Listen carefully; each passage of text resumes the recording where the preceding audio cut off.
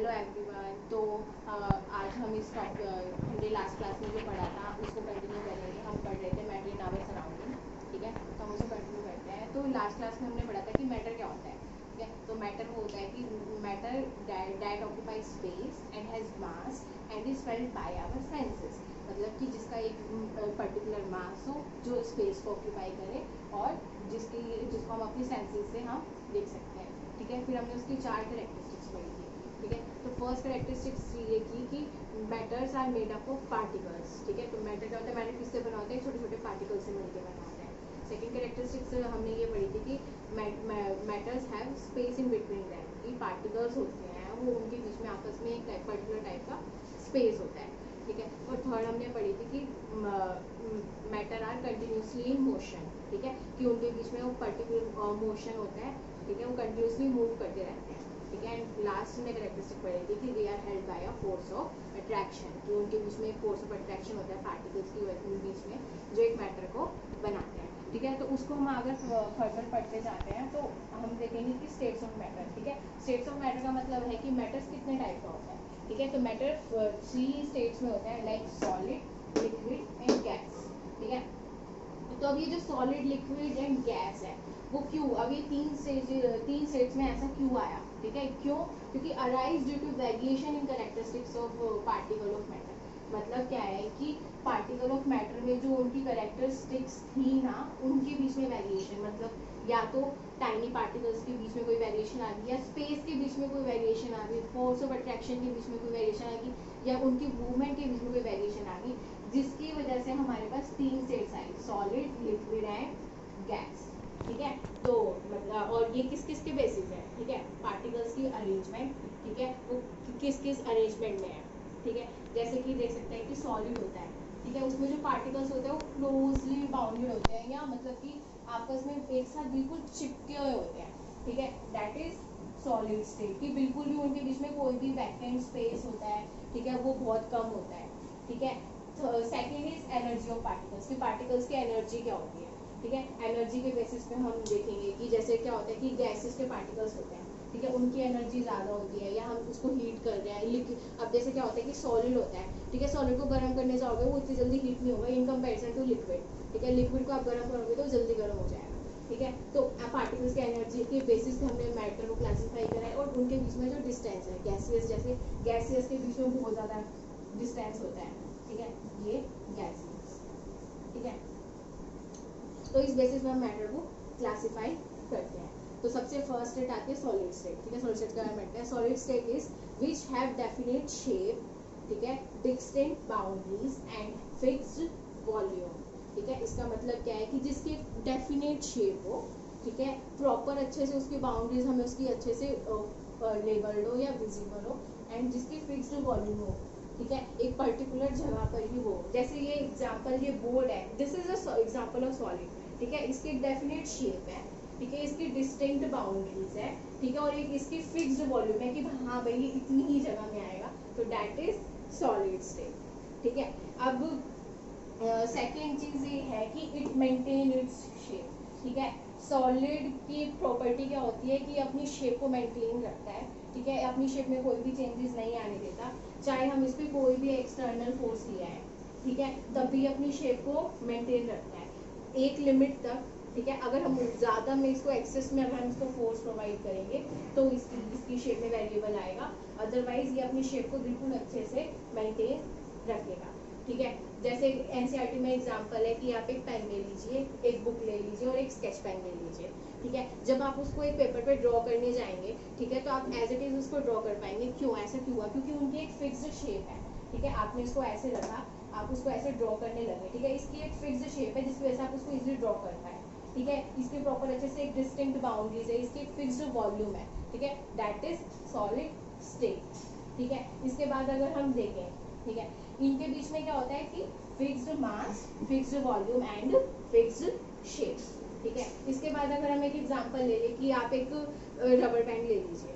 ठीक है, rubber band को आप खींचने की कोशिश करिए, खींचे, पर वो अपनी शेप को रिगेन कर लेगा या वापस आ जाएगा, तो that is example of solid की वो अपनी शेप को मेंटेन रखता है, ठीक है। आप उस पर फोर्स लगाते हैं, बट अनटिल एंड अनलेस अगर आप उस पर एक्सटर्नल फोर्स ज़्यादा अमाउंट पे लगाते हैं, ठीक है, या फोर्स इंक्रीज कर देते हैं, तो वो अपनी शेप है, उसकी शेप चेंज हो जाएगी या वो अपनी शेप को लॉस कर देगा, ठीक है। उसके बाद अगर हम ले कि इनके बीच में क्या होता है, inter particle distance are least, ठीक है, पार्टिकल्स के बीच में डिस्टेंस बिल्कुल नहीं होता, ठीक है, तो जिसकी वजह से क्या हुआ, इनका स्पेस भी बिल्कुल कम होता है, ठीक है। अब इनकम्प्रेसिबल, इनकम्प्रेसिबल आप उससे एग्जांपल ले सकते हैं, रबर बैंड वाले एग्जांपल से, हम उसको खींच रहे हैं, ठीक है, बट वो वापस अपनी शेप को अपनी शेप में आ रहा है, तो that is example of incompressible, ठीक है। इसके अलावा आप ऐसे ले सकते हैं कि जैसे एक स्पॉन्ज है, ठीक है, स्पॉन्ज के अंदर टाइनी टाइनी पोर्स है, उसके अंदर एयर है, ठीक है, आप उसको कंप्रेस करने की कोशिश करिए, ठीक है, वो वापस अपनी शेप में रिगेन हो जाएगा, ठीक है, तो मतलब क्या हुआ, इनकम्प्रेसिबल, स्पॉन्ज को आपने कंप्रेस करने की कोशिश करी बट वो वापस रिगेन इन शेप, तो that is they are incompressible, ठीक है।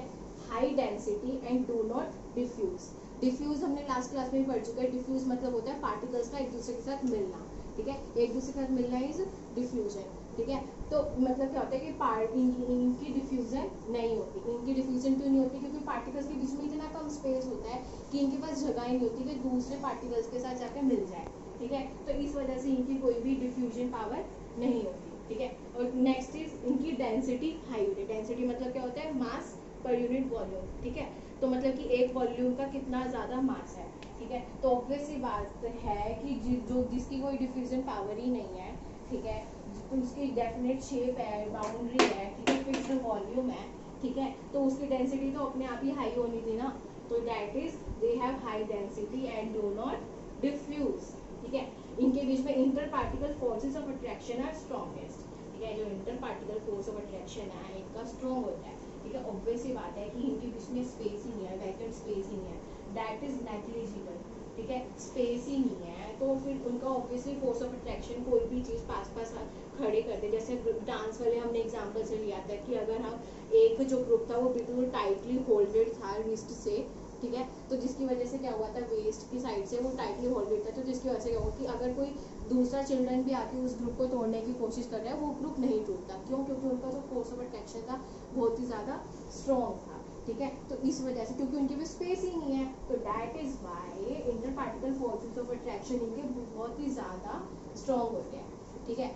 तो अब considering particles are closely packed, अब क्लोजली पैक्ड कैसे हुआ, ऑब्वियसली बात है, जब आपस में फोर्स ऑफ अट्रैक्शन इतना होगा कि पार्टिकल्स एक दूसरे के साथ जुड़े होंगे, तो ऑब्वियसली मिलके एक क्लोजली पैक्ड स्ट्रक्चर ही तो बनेगा, ठीक है, कि फोर्स ऑफ अट्रैक्शन इतना स्ट्रॉन्ग है कि सारी चीज़ें एक साथ मिलकर एक साथ जुड़ गई, ठीक है, तो considered particles are closely packed. And last एक एग्जांपल एनसीईआरटी में दिया हुआ था कि एक जार है, ठीक है, आप उसमें शुगर और सॉल्ट ले लीजिए, ठीक है, अब चाहे उस शुगर और सॉल्ट को आप प्लेट में ट्रांसफर कर दीजिए, चाहे कोई दूसरे जार में ट्रांसफर कर दीजिए, चाहे कहीं भी कर दीजिए, ठीक है, वो जो सॉल्ट और शुगर की जो शेप है वो वैसी की वैसी रहेगी, वो जार में भी वैसी थी, वो कहीं और लेके चले जाए वहाँ पे भी वैसी रहेगी, चाहे चाइना डिश कहीं भी, ठीक है, तो मतलब क्या हुआ कि सॉलिड स्टेट है definite shape, different boundaries and fixed volume, ठीक है, तो मेन कैरेक्टरिस्टिक्स आपको सॉलिड स्टेट की याद रखनी है कि इनकी डेफिनेट शेप है, characteristic different boundaries and fixed volume है, ठीक है।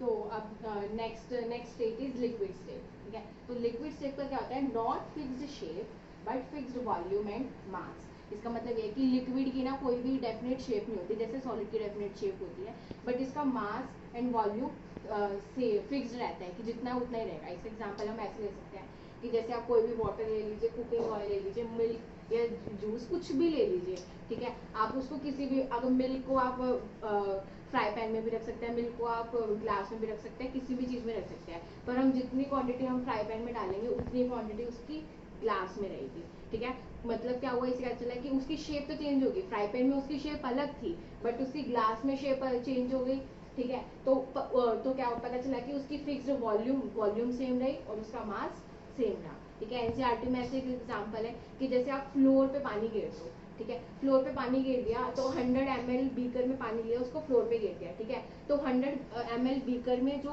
पानी था ना, फ्लोर पे जब हमने गिरा तो वो 100 ml ही रहेगा, उसमें उसके मास में कोई चेंज नहीं आएगा, ठीक है, उसकी वॉल्यूम बिल्कुल सेम रहेगी बट उसकी शेप बदलेगी। बीकर में उसकी शेप बीकर जैसी थी और फ्लोर पे उसकी शेप इरेगुलर शेप बन गई। और दूसरी चीज़ सॉलिड की खास बात होती है क्योंकि इसकी शेप नहीं होती तो हम इसको किसी भी चीज़ में ट्रांसफर कर ले वो उसी को अकोमोडेट कर लेता है, ठीक है। मतलब और इसमें क्या होता है, inter particle distances are larger than solid. इसका मतलब ये है कि इनका जो इंटर पार्टिकल डिस्टेंस होता है वो क्या होता है, सॉलिड से ज़्यादा होता है, इनके बीच में आपस में गैप ज़्यादा होता है, ठीक है। और ठीक है, दे आर ऑलमोस्ट इनकम्प्रेसिबल, ठीक है। इनकम्प्रेसिबल इन द सेंस कि हम इसको कंप्रेस नहीं कर सकते, ठीक है। कंप्रेस करोगे भी तो वो जैसी वो शेप में है, ठीक है, जैसे वो वैसे के वैसे ही रहेंगे, ठीक है। वैसे कि हम, ठीक है, तो जैसे कि हमने वो फ्लोर पे पानी गिरा उससे एग्जांपल लिया तो इससे हमें क्या पता चलता है कि liquid flow and change shape and are not rigid, ठीक है। तो लिक्विड मतलब हमेशा फ्लो करता है, उसकी शेप हमेशा चेंज होती रहती है depend on the situation and, और वो रिजिड या कठोर मतलब नहीं होगा, ठीक है। तो that why liquid is also called fluid, ठीक है। Next is gases are almost, liquids are almost incompressible, ठीक है। तो लिक्विड क्या है, इनकम्प्रेसिबल है, ठीक है, हम उसको कंप्रेस नहीं कर सकते, ठीक है। वो जैसा है जिस फिक्स्ड है, उसकी वॉल्यूम है, फिक्स मास है, वो वैसे का वैसे ही रहेगा। तो हम जैसे हमने फर्स्ट वीडियो में पढ़ा था डिफ्यूजन मतलब पार्टिकल्स का एक दूसरे से इंटरमिक्स होना, ठीक है। तो जो रेट ऑफ डिफ्यूजन लिक्विड्स का होता है वो ज़्यादा होता है इन कंपैरिजन टू सॉलिड्स, ठीक है। तो मतलब कि लिक्विड्स होते हैं कि आपस में लिक्विड एक दूसरे पार्टिकल्स के साथ जल्दी घुलता है इन कंपैरिजन टू सॉलिड। कि जैसे इसका एग्जांपल हम ले सकते हैं कि everyone needs to for survival needs oxygen, ठीक है, ऑक्सीजन कार्बन डाइऑक्साइड, ठीक है। हर किसी को ज़रूरत है ऑक्सीजन और कार्बन डाइऑक्साइड की, ठीक है। तो और ऐसी एक्वेटिक एनिमल्स को भी चाहिए, ठीक है। वो उनका सर्वाइवल कैसे होता है, क्यों, क्योंकि जो ऑक्सीजन होती है वो ऑलरेडी वाटर के अंदर डिजोल्व होती है, ठीक है। तो डिजोल्व कैसे होती है, क्योंकि जो लिक्विड जो गैसेस का जो ऑक्सीजन और कार्बन डाइऑक्साइड होता है वो लिक्विड के पार्टिकल्स में इतना स्पेस होता है कि वो इजीली उसके अंदर डिफ्यूज हो जाता है, ठीक है। जिसकी वजह से जो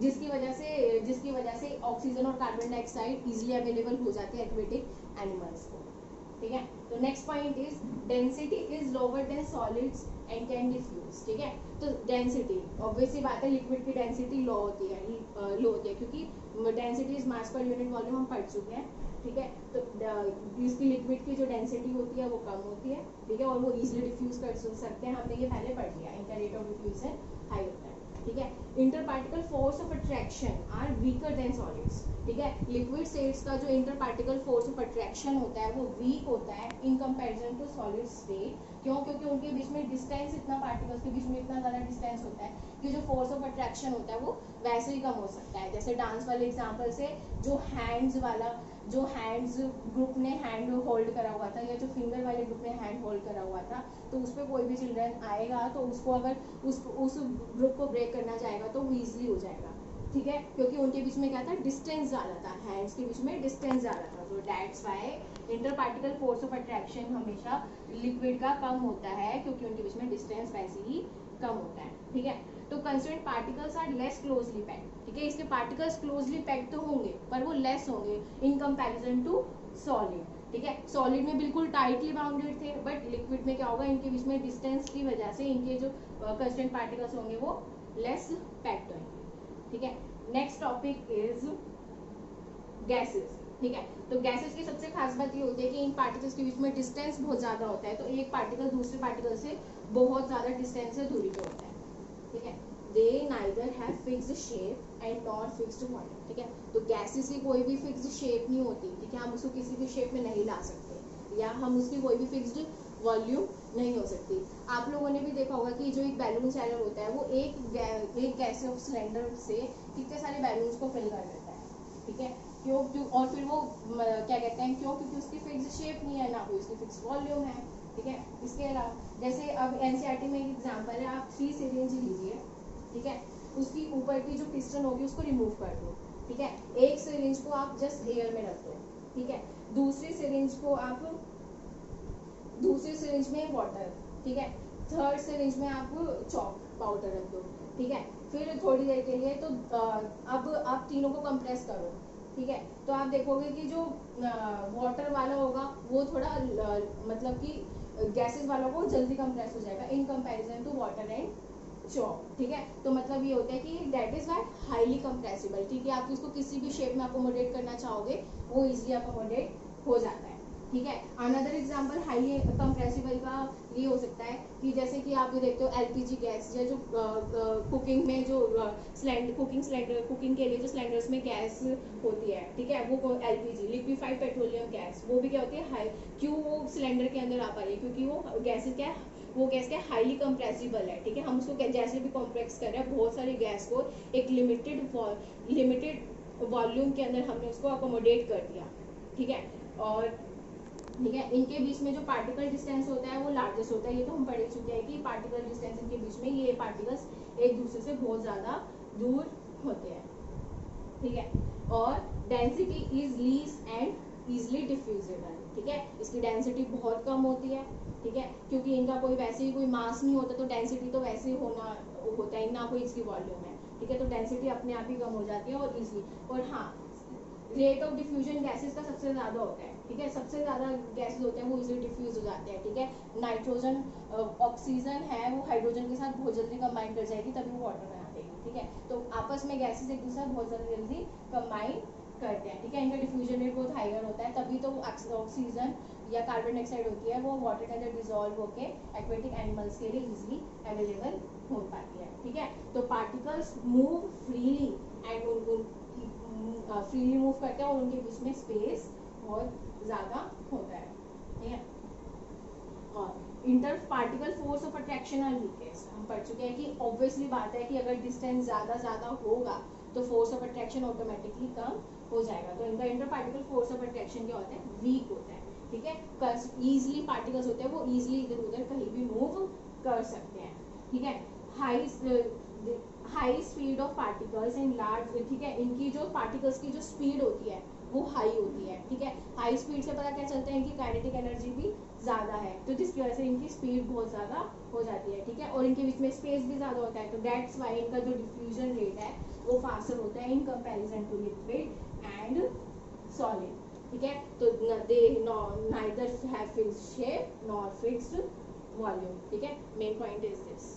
तो एट लास्ट अब हम सॉलिड लिक्विड एंड गैस में एक बार फटाफट डिफरेंस देख लेते हैं, मेन पॉइंट्स, ठीक है। तो solid particles are rigid and incompressible, particles rigid होते हैं और कंप्रेसिबल नहीं होते, ठीक है। Liquid particles are not rigid but can be compressed to a limited extent, ठीक है।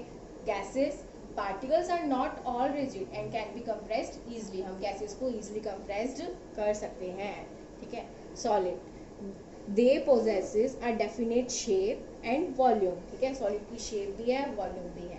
लिक्विड की they have only a definite volume but acquire shape of container in which they are kept, ठीक है।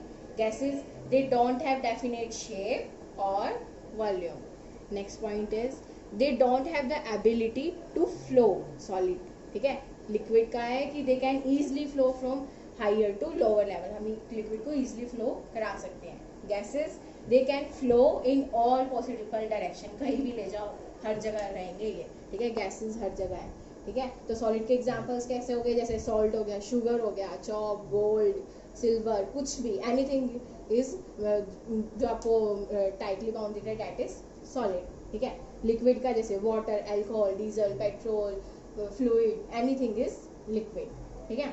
Gases के example हो गए air, CNG, smoke, ठीक है। ये सारे हमारे क्या है गैसेस, ऑक्सीजन, नाइट्रोजन, एनीथिंग, ठीक है। तो ये हमारा solid, liquid and gas states of matter यहाँ तक, ठीक है। उसके बाद अगर आपको ये वीडियो अच्छी लगे तो then like, comment and share this video and don't forget to subscribe this channel.